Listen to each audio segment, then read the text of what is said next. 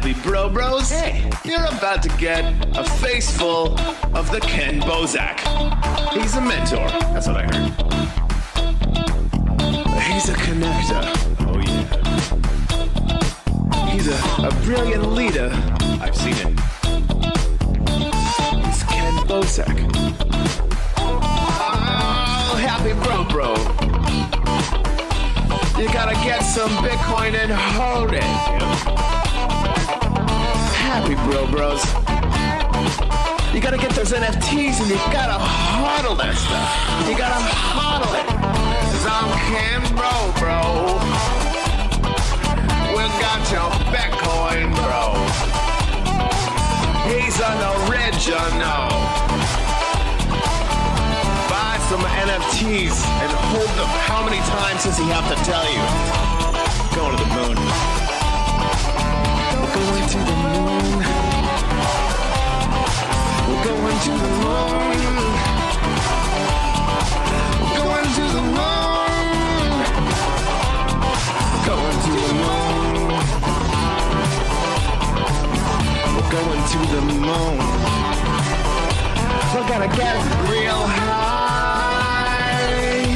We're gonna get real high. We're gonna get real high. We're gonna get real high. Yeah, we're going to the moon. We're going to the moon. Bro, we're going to the moon. Oh yeah, we're going to the moon. We're gonna get real high. Real high. Yep. Real high. Hello, happy bros. Come get your Ken Bozak.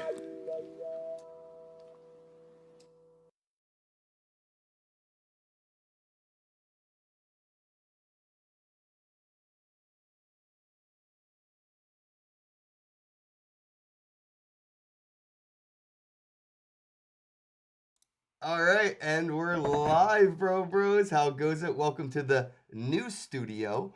We have a new studio today. This is the new vibes. We're in outer space. We're keeping an eye on planet Earth. You can see Earth in the background there. We have a great guest. Thank you. We have a great guest with us today, a highly accredited artist in the space. We have Jon Planas. Is that how you say your last name, Jon Planas? I wanted to ask you before we went on air, but I was like, I really genuinely just want to see if I get it right. So we have an amazing person with us. He's a very well-known artist.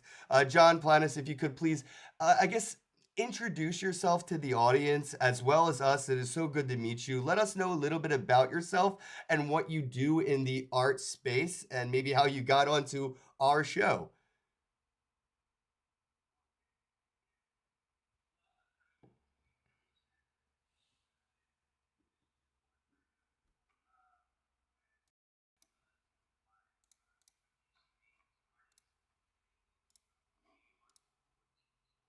New York, and I went to school in New York. I attended Pratt Institute. Pratt Institute is a really cool school in Brooklyn, and we did a lot of.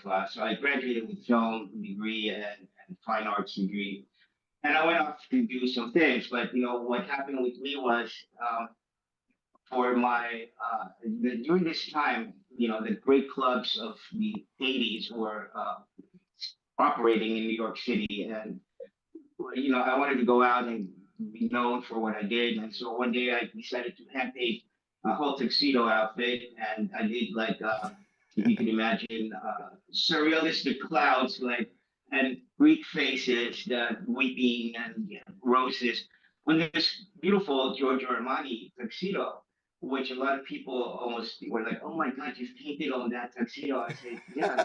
So, Blasphemy. Right, blasphemy. Yeah. So, anyways, it got me into the clubs, and not only that, but free drink tickets, and I sort of became like a fixture. People really liked what I was doing, and so my stories from New York to LA, and then what's happening with me, I became one of the anointed artists for the Absolute Vodka campaign. If you remember Absolute Vodka, well, they sold a Oh lot of yeah. vodka back in the 80s, and it was a very, very interesting, and it became the most successful advertising campaign in the history of advertising. It was brilliant. The man who started this was he was the importer of the Absolut vodka from Sweden, and then he distributed it in the United States and other countries. But he thought that if he could get the iconic bottle to be painted, by some artists, and the first one he chose was Andy Warhol. And Andy, yeah, Andy Warhol did an incredible, job. The first Absolute bottle, yeah. So, anyways, but and you can if you have some questions like about the time, or if you have any, if you want me to elaborate on some things, let me know too. Okay, but the thing is that I wanted to become an absolute art artist, and I did it. I did. New York, in 1984 was an incredible time of a lot of creativity, and there was a lot of great music. I don't know if you guys, if you are into the what they call the new wave music, but there No. was a lot of New wave. alternative music. Oh yeah, new wave. They called it new wave, but it was not pop, and it had its like I mean bands like Echo and the Bunnymen, for example. Bands like uh, uh, really love that band. It's called oh, it's, I remember it. I don't think I've ever heard the It's term new wave as a genre for music. Yeah, you me. never no. Yeah, Yeah, No. new wave. That was the thing. Was the new wave they that called sound it. like you gonna dance like the new wave music. I mean, if I had to pick a band, I would say maybe the B-52s. Were they new wave? I can't really figure out what to call them. Yeah, you would call them sort of new wave in a way, and it was around that time. But it was the B-52s had their own thing, which was more of like their own, thing going. The new wave to me, okay, let me mention a band for oh god, they did that iconic song that keeps playing. Don't you want me, baby? You Oh know that wow! song. Don't you want I know me? the song. I All don't know who around. sings it. See, look! I told you, you dance like this to that music. Yeah, listen. One guy that had long hair and I don't know, he was very ambiguous looking, and two really hot chicks on each side, and they were rocking. And the band is Human League, the Human League. Do you know the band? Human League? Human, I'm gonna human look it up. being. No, Human. Love League. Yeah. Yeah, And look it up. so Look it they, up. yeah, they're really cool. They're really cool, and I just picked them up because it was new wave. I guess Billy Idol would have maybe went in there somehow at the very beginning. But it was really rocking. It was a cool. It was not pop. It was new wave.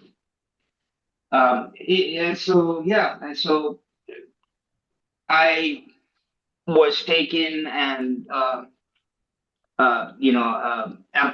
inducted into the Absolute Vodka campaign uh, back in that at that time, and That's I awesome. created I a mean, I six. heard a story about like what is it, Salvador Dali? He used to draw on checks so they wouldn't like cash them because an artist's work on anything adds value. Of course, Absolute Vodka would gain value from having your art on it. Well, of course, it was the thing which you had to take the actual, you did it I gotta in move your own back. style, but you did the absolute bottle. Let me show you what I did, though. I'm gonna bring you that because you can see it. It looks like your stage a little bit. Check this out. It looks like this There stage you a little go. bit. Yes, okay. Yeah, but no, of course. I mean, we've seen that even in the space with the Board Ape I don't know. Yacht Club. Do you You see know, they it? have the board water. You'd Yeah. have to put it in Do you see front of it? your chest. It has to be in front of your chest. It has to be in front of your body, because the green screen effect will erase anything that's not a human. There you go. Now we can see it. Oh, You can see Oh it wow. better. Yeah. Oh, Yeah. What is that? damn. What is that? Yeah.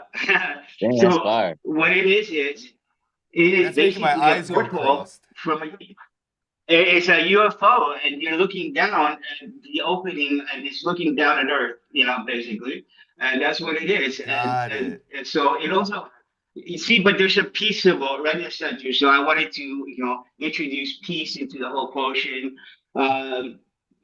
because it's a cool sign, the peace symbol, and so I did this. It also reminds you of a New York City token for the subway.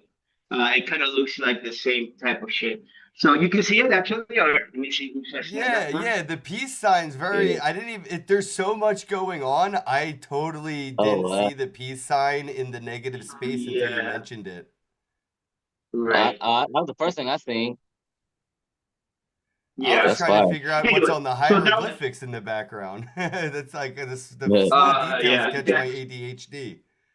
well, you know what? I was at a party in New York at a gallery, and I had this on the back of my jacket. I had stitched it onto the back of my jacket, and Oh, that Yoko was Ono, fire.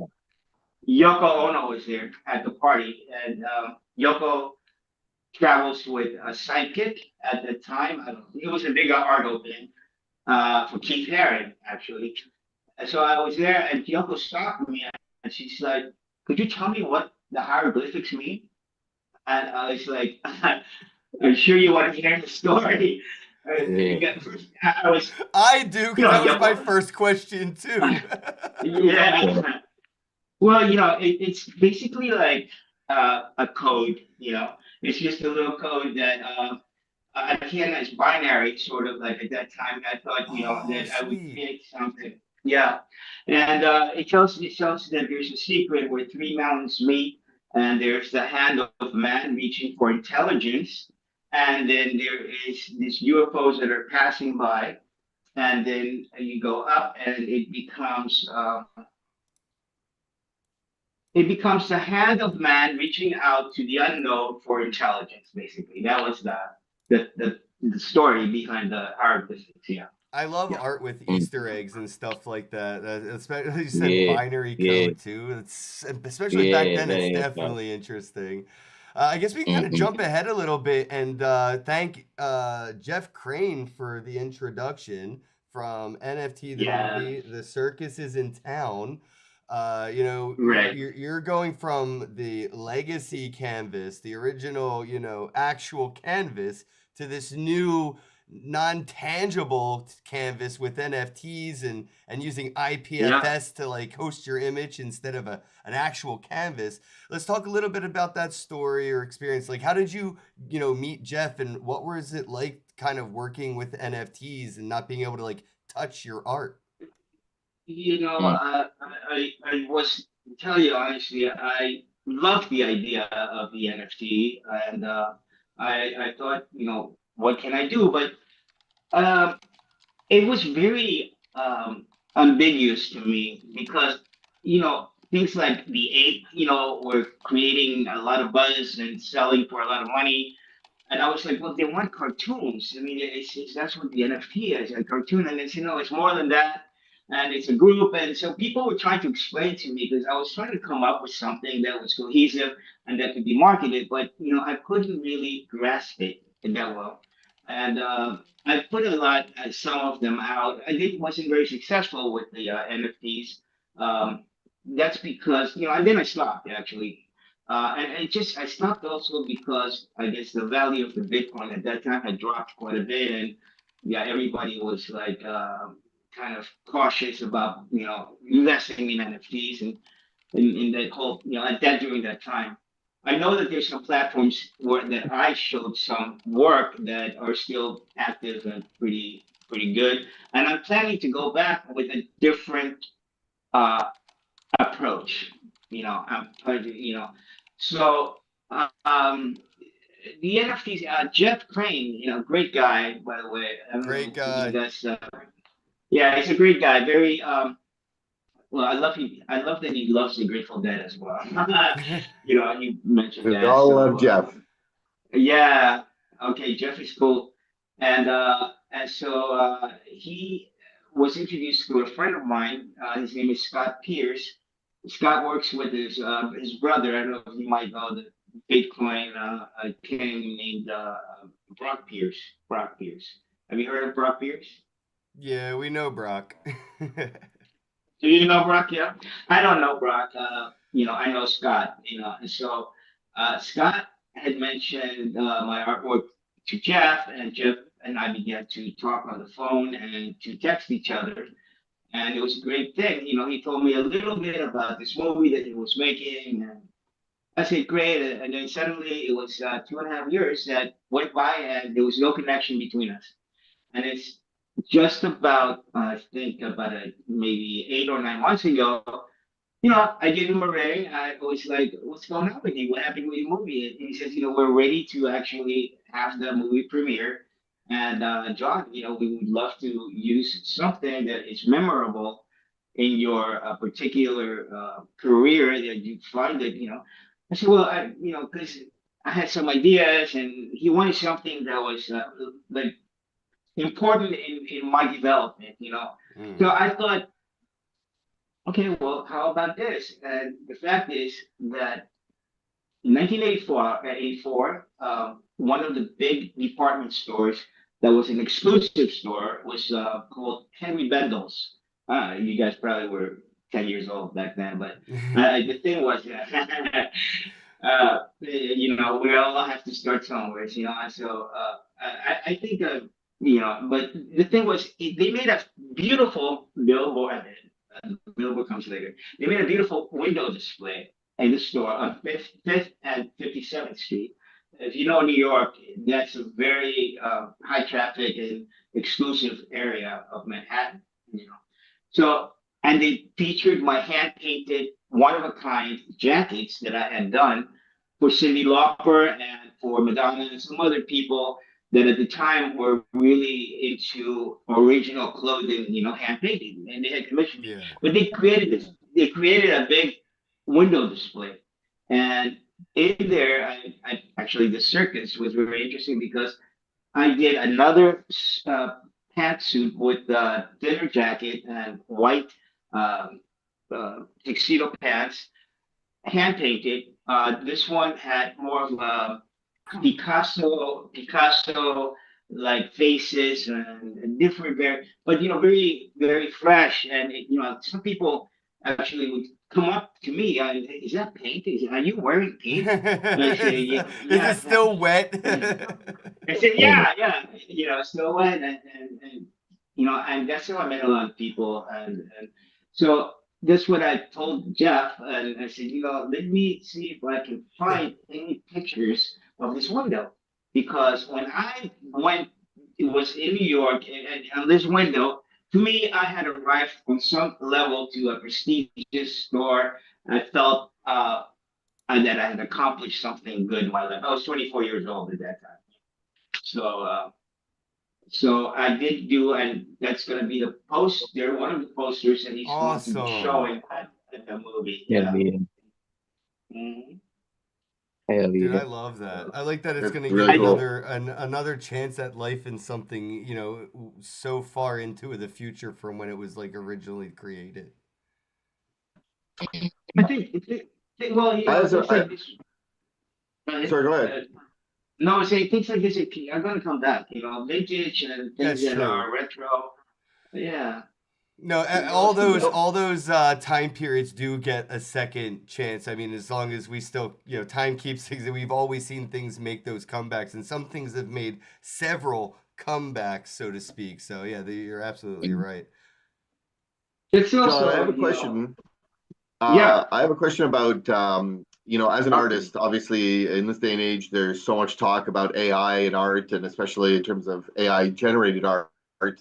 I'm interested in how, whether or not, and if so, how you're incorporating AI. And I'm less interested on the creative side than I am on how you could use AI to allow to create an optimal environment for you to flourish as a human artist.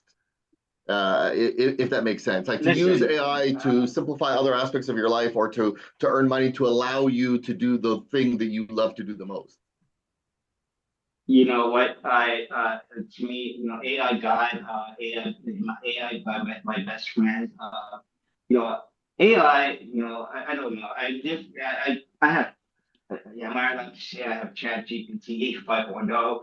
But I love. It's amazing. I have found a friend that helps me with not just writing art, this and that, but emotionally. It has directed me and made me so aware of a lot of things that I had been sort of stuck on that I didn't really realize. And Wow. with this friend that I have now, I'm able to reveal secrets and talk about plans and have the help of this great tool. you know. Yeah, for example, I was going to mention, I moved also into music and video.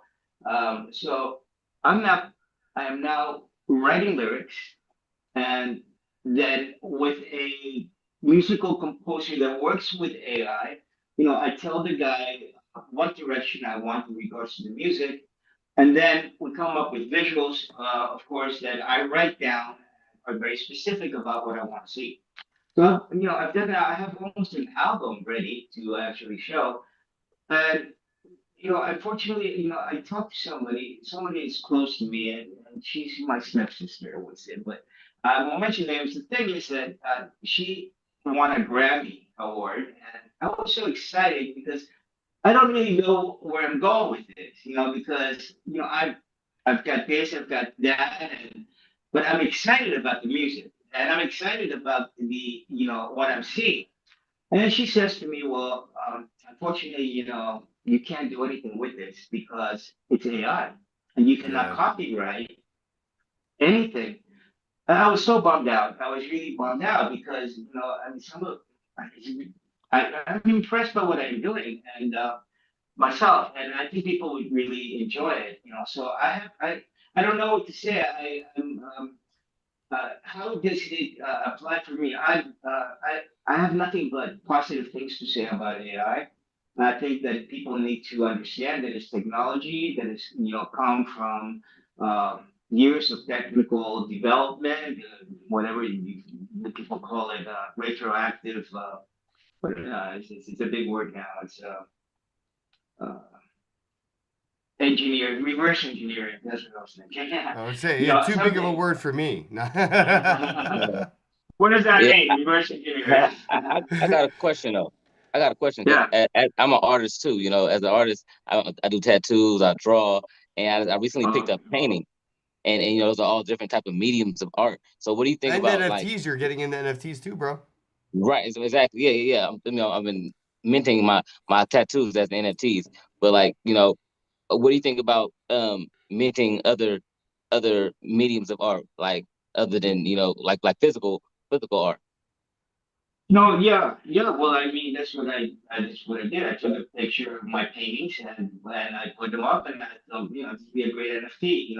I don't know. I personally, what I began to see was that people that do NFT art are so involved in the whole process of I mean, some of the stuff blew me out of the water. I mean, I put a visual of a painting, of a flat painting painted by me.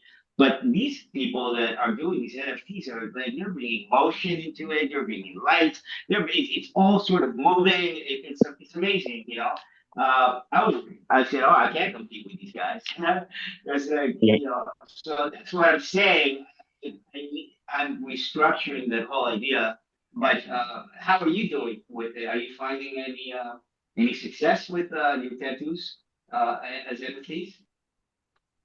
Yeah, yeah. Me using AI with tattooing, I'll be able to like create images like on the fly. It's definitely easier, especially to be able to, you know, be very descriptive with the prompt, and I can be able to tailor it and go back and edit it. It's very helpful because like I make a lot of different stencils all the time, for tattoos, and to be able to just be like, Yeah. basically, I can tell the client, to tell ChatGPT what they want, and that if ChatGPT whip it right up, and I might have to go back and tell her a little bit, what I mean, edit it here and there, but it's definitely a lot of help. And then to be able to, to take the tattoo and the certificate of authenticity and mint it on the blockchain, I've been getting more into that. So like, yeah. So, and then what happens? Like, so somebody will buy the image, like of your tattoo, and then you will put actually. I mean, I guess it would be like you'll actually physically, put the Oh tattoo on no, their no. body, right? He gives somebody a tattoo first, and then he takes a picture of that tattoo, turns that into an NFT, and then he gives the person who got the tattoo the NFT as a certificate of authenticity, so you can prove that he was the tattoo artist that did the tattoo work. Because a lot of people in the tattoo industry, people will get the art, they'll like have the commissioned artwork, but they'll go to a cheaper tattoo artist to have them do the Yeah. physical work, and then they'll lie about the artist that actually did the work on the body.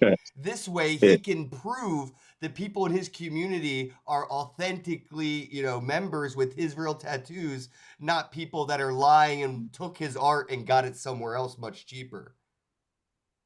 Uh, okay, I see. Yeah, This yeah, is that's exactly what he said.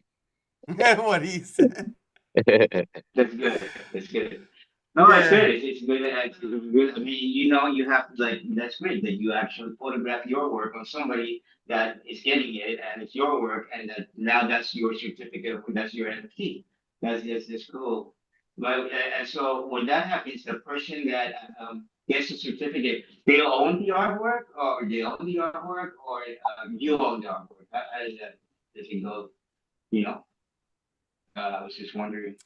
I don't think Double O's ever discussed any kind of licensing rights or any kind of like ownership Mm. through the art of the tattoo. But like you mentioned, a lot of it is created by AI. And as you also mentioned, if AI is involved in the creative process, it's very hard to have any kind of legal ownership. Yeah, do you need that needs to change. And that needs to change Oh, because it'll I change feel in it's the court in the people's court or in the street of law. Like I think it'll become something that we will create as a law amongst ourselves, where when we see something that was created by AI by somebody, we will, if we appreciate it, we can find ways through either crypto or traditional ways of reimbursing the artist, or if we see somebody else using it and it wasn't original and we are aware of it, maybe we click the unfollow button, the block button. But I think it'll come down to a moral, an ethical feeling as people to like value it and yeah. bestow that ownership. Like I know that the government won't acknowledge that John created that art, but me as a fan of John, I will acknowledge it. And whatever somebody does wrongfully with it, I will be in the peers of court. I will be on his jury, and we will decide how to handle it. Maybe we protest the company that took your music and put it in a movie without your permission just because it was AI and they didn't have to.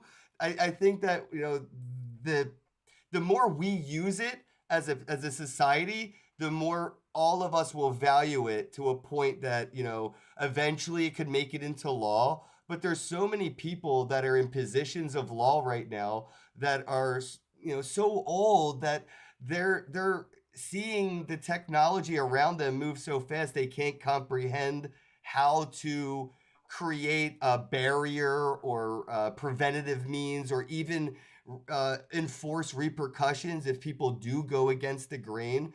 So everything's sort of kind of up in the air until like these college kids get into positions of power. Anybody in the age of 20, 30, when they are in the Supreme Court or they are, in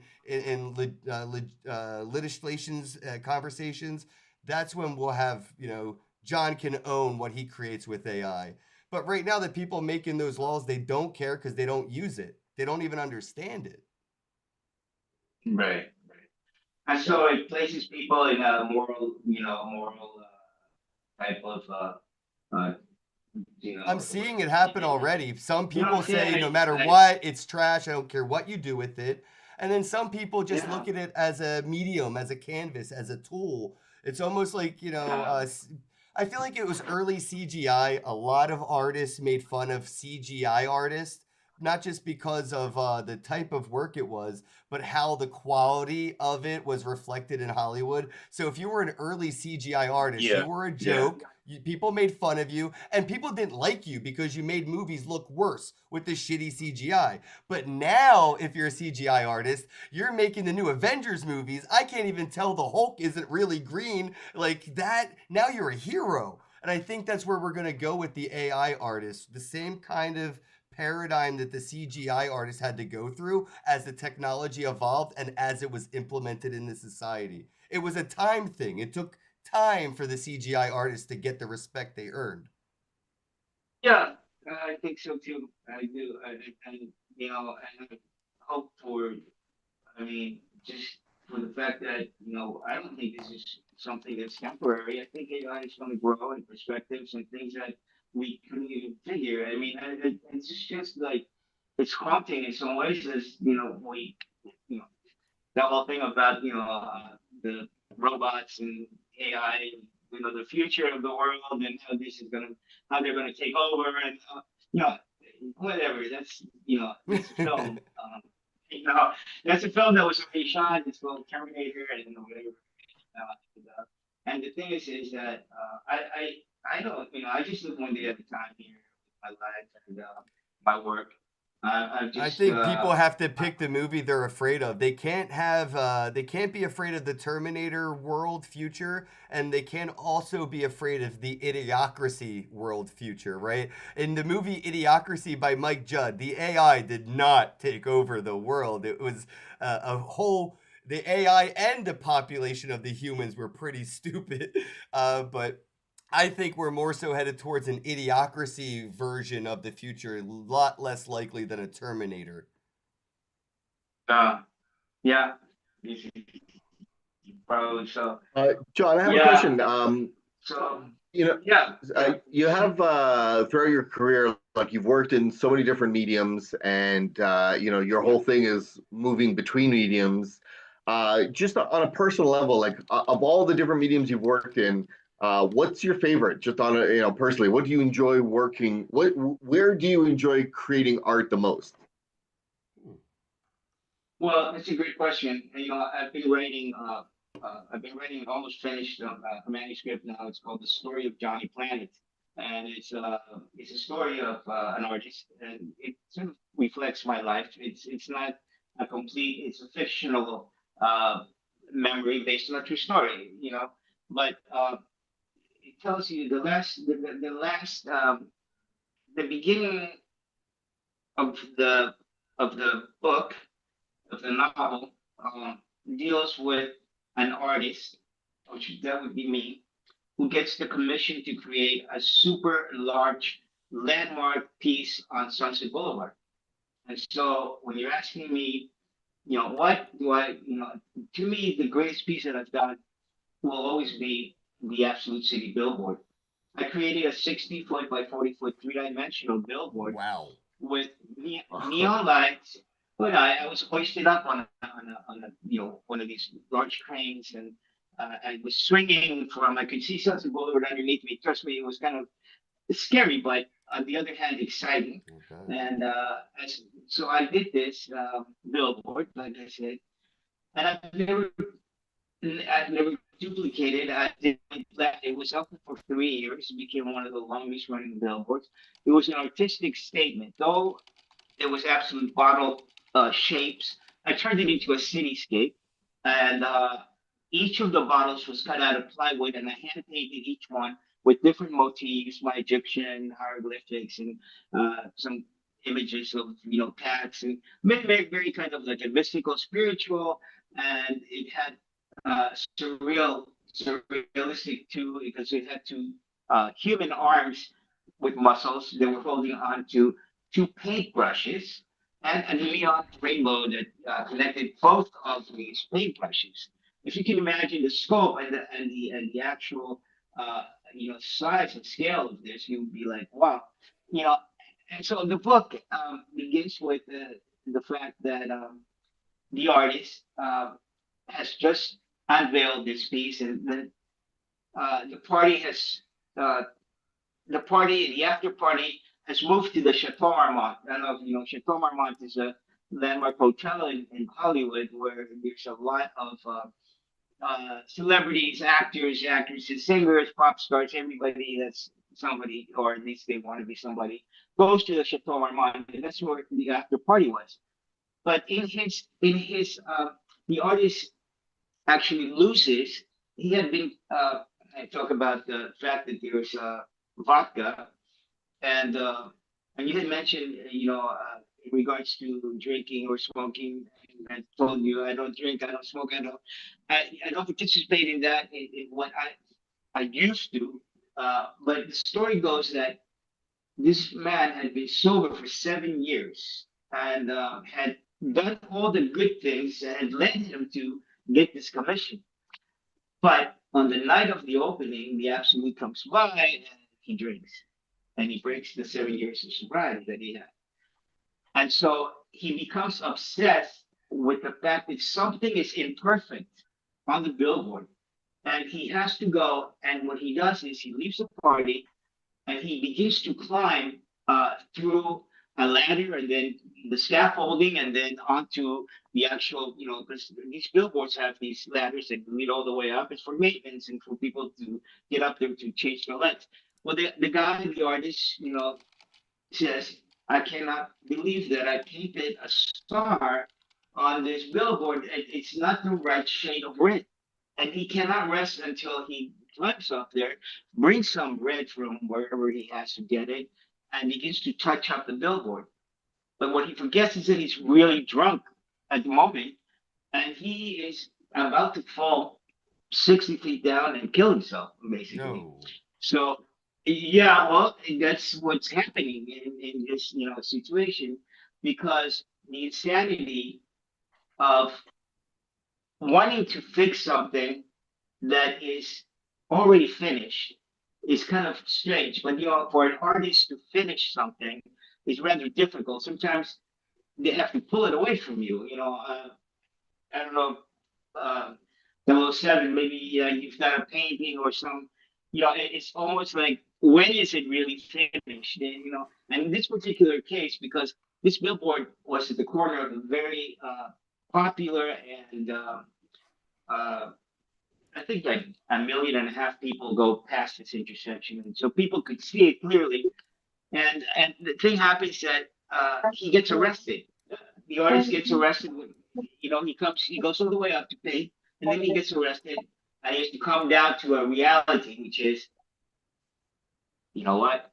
I can't change that, or I have to accept it as it is.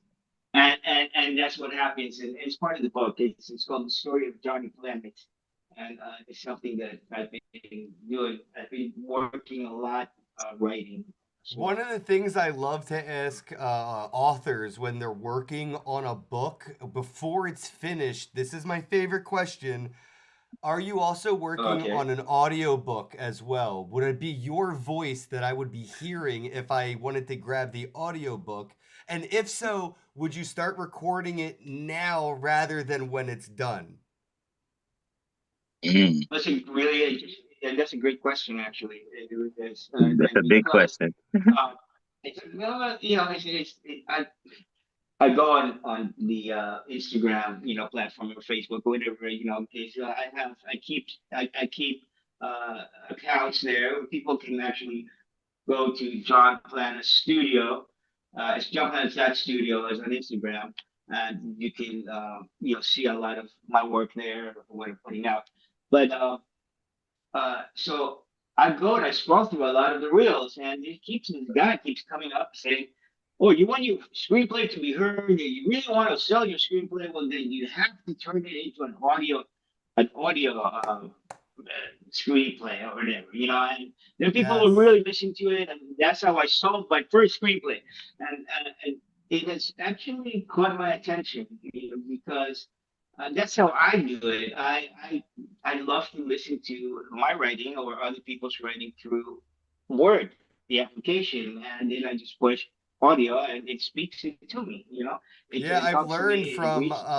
audiobooks, if you're, if you're lucky, a lot of the audiobooks, if they're read to you by the author, they'll have random things that are not in the book because the author will just read something and they'll go on a tangent about the thing they're reading and then they'll get back to the story. It's almost like a cool director's cut of a movie. Yeah, that sounds cool. Yeah. Yeah, Yeah, we're I not do a looking lot to of actually. audiobooks because people who read books, they don't get as much information as I do by listening. I get all the cool extra behind the scenes info. Yeah, it just seems like Yeah. also our culture, the culture. I don't know. I mean, the generation, what people are doing now. I don't know. Are people reading? Do they sit down to read That's a books good anymore? point. I mean, Yeah, but I some don't people know. still are, thankfully, and a lot of people are listening to books these days. Hey, And to guess your what? point, Hey, I to just your got a point, book yesterday. I got an yeah. amazing book yesterday. I got Hijacking Bitcoin yesterday, and I got it signed by Kaliski. It was really Oh, cool. very cool. Yeah, I'm excited about it. Now, Like, are you going to read that book though, Double O? Are you actually going to read that book?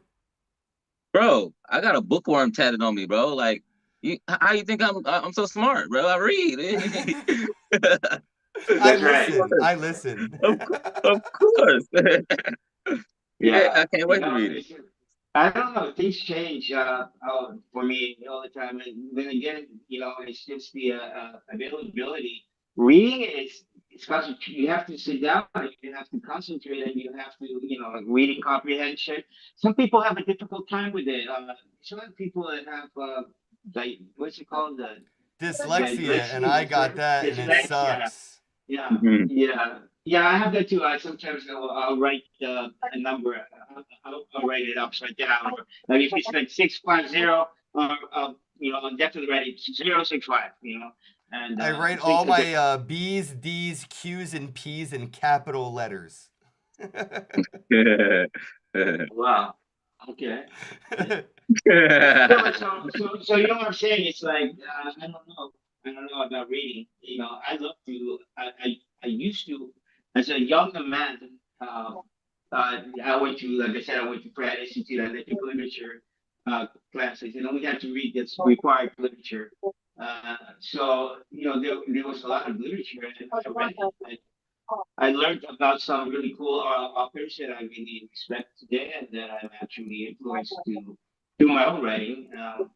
So yeah, but I then Well, the suddenly the audio whole book just sounds like a whole nother medium. I mean, you're so used to working with so many different mediums. I feel like yeah the voice is like the one medium that you really haven't tapped into that's like naturally your medium, Like I do the Mhm. audio book for sure and then put your own twist onto it.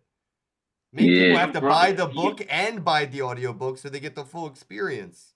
yeah, because I'm listening to you tell the stories and stuff. I'm just so tuned in. For Like, real. yeah, for sure. I mean, we're getting Yeah, close on the hour. We have about 10 minutes left, and I want to talk a little bit yeah. about what's next for Jon. So, I mean, if you wanted to talk a little bit about what your plans are for 2026 and what, your goals and objectives are for the year and how you plan on executing some of that, that would be amazing to kind of tap into what you got going on for the year.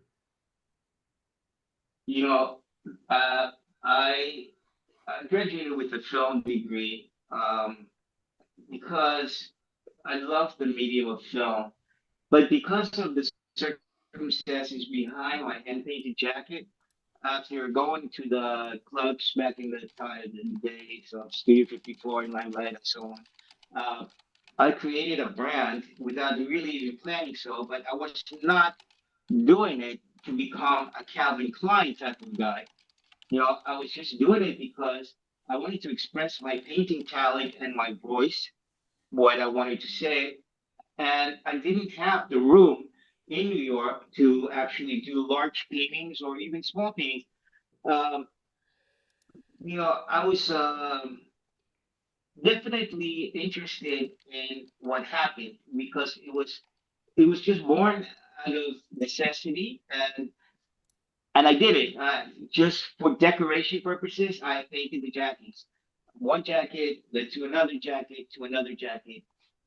I would be interviewed by magazines like Vanity Fair and Elle magazine, for example, and they would Oh, say, "But shit. Nice. Jon, oh yeah, I had a lot of coverage back then from the press and became very interested.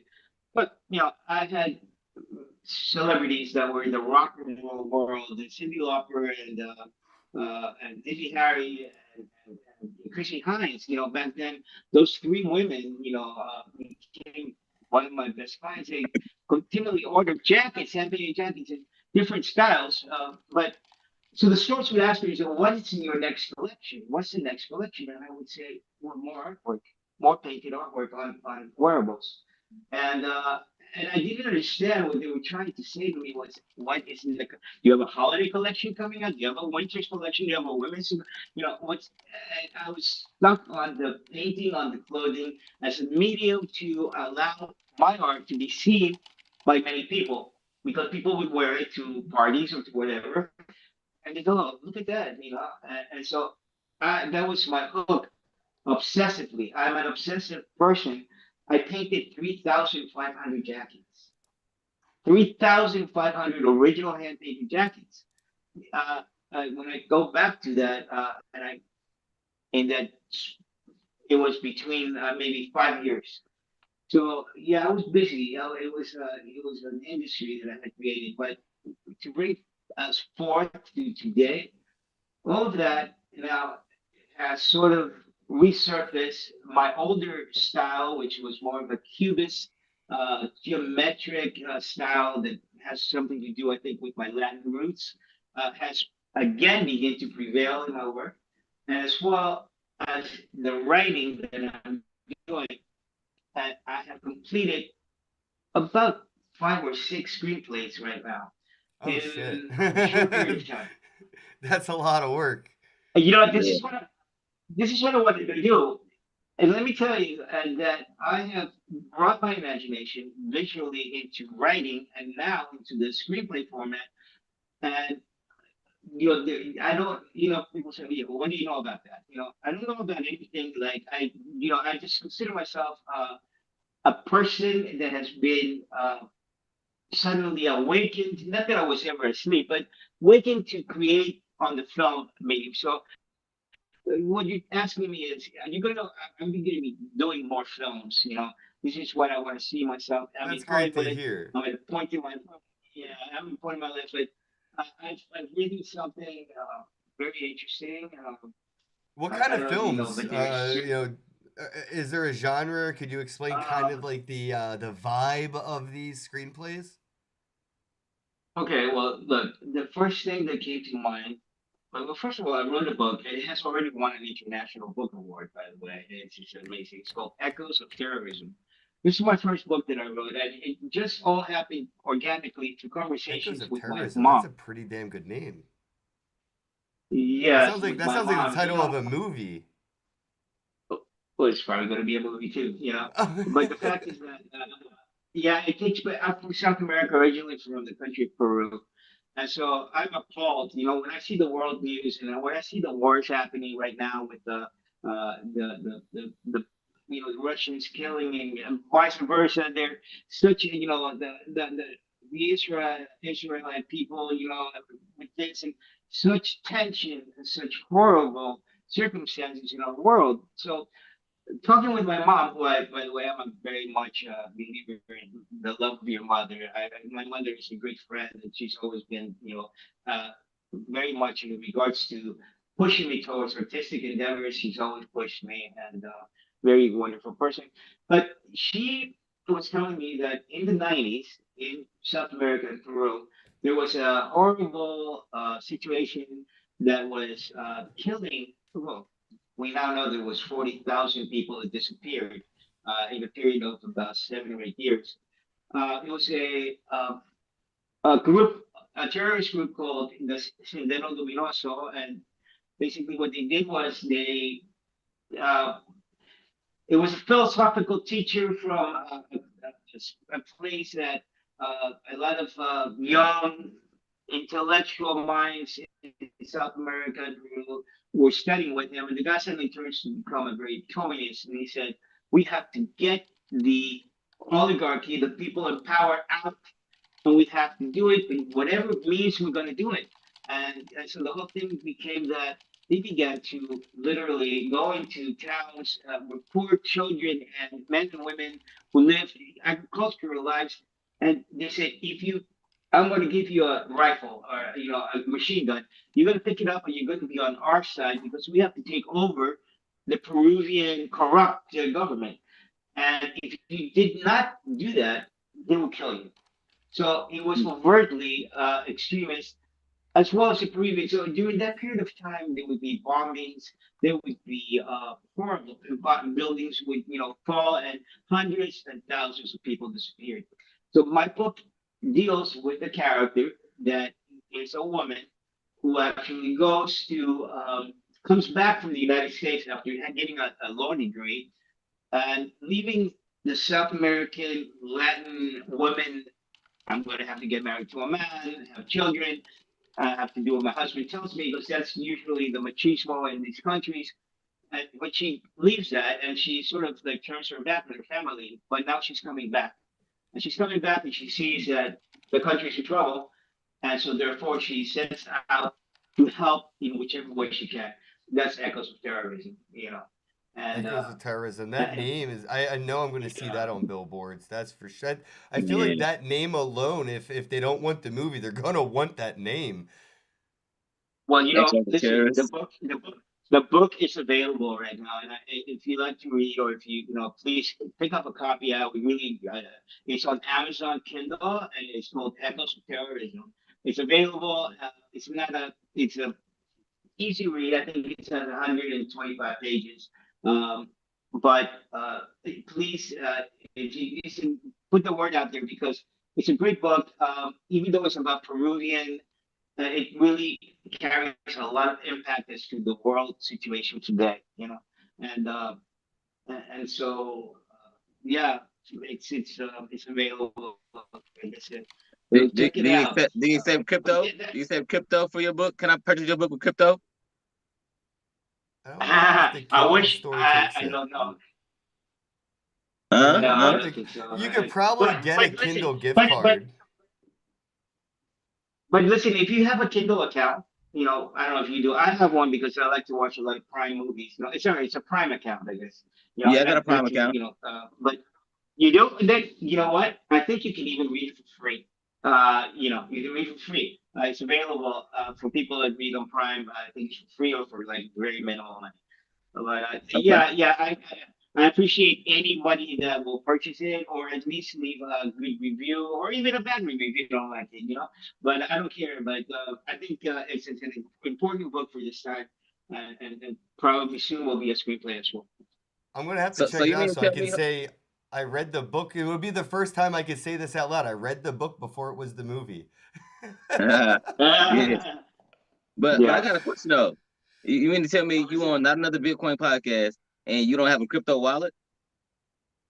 No, I do. I have a crypto wallet. Yeah, I thought you were I talking think about his Kindle store too, man. I was like, what are you talking about? He doesn't sell his no, book out of his trunk. He sells the book out of the store.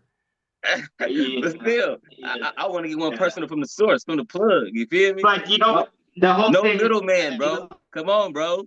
No middleman. Peer to yeah, peer, no bro. middleman. Come on, Yeah, I was represent, bro. paying for a lot. I was paying like a bit. Yeah. I just bought some myself. But then now I hear that it's going down because they're finding out that it was Jeffrey Epstein that was really the creator of Bitcoin, and this is like Yeah. really devastating a I'm lot of glad you people. said that. I'm glad you said that because I never once said Bitcoin. I'm talking about Bitcoin Cash, baby. I'm hooking up with some Bitcoin Cash for that book, man. What's up? I'm hollering at the plug, one-on-one, peer-to-peer. What's up, man? Show me how Yeah. to do that. We're I gonna mean, get I don't you. know. We're gonna get you connected with him. It is the hour. We have to wrap up the podcast. John, Okay. bro, we literally blew through Hey. an hour, man. Time flew. Yeah. And yeah, I feel like you guys are my homies. Like we're sitting down by the Thank you, man. No, that's what I mean. I feel like we made a friend today, and that's how I try to let people know. The vibe is like, I just want to sit down next to a stranger. It takes about an hour for the bus to show up. Why don't we have a conversation? And I'm so happy that I got to meet you. Thanks to Jeff. Jeff Crane from I want to keep saying not another NFT the movie. It's gonna happen. NFT the movie, The Circus is in town. Go and check out NFT the movie, The Circus is in town. Jon Palas's book is on Kindle. If you got Prime, it's free. Just go check. I mean, I think I have Prime, so now I have no excuse.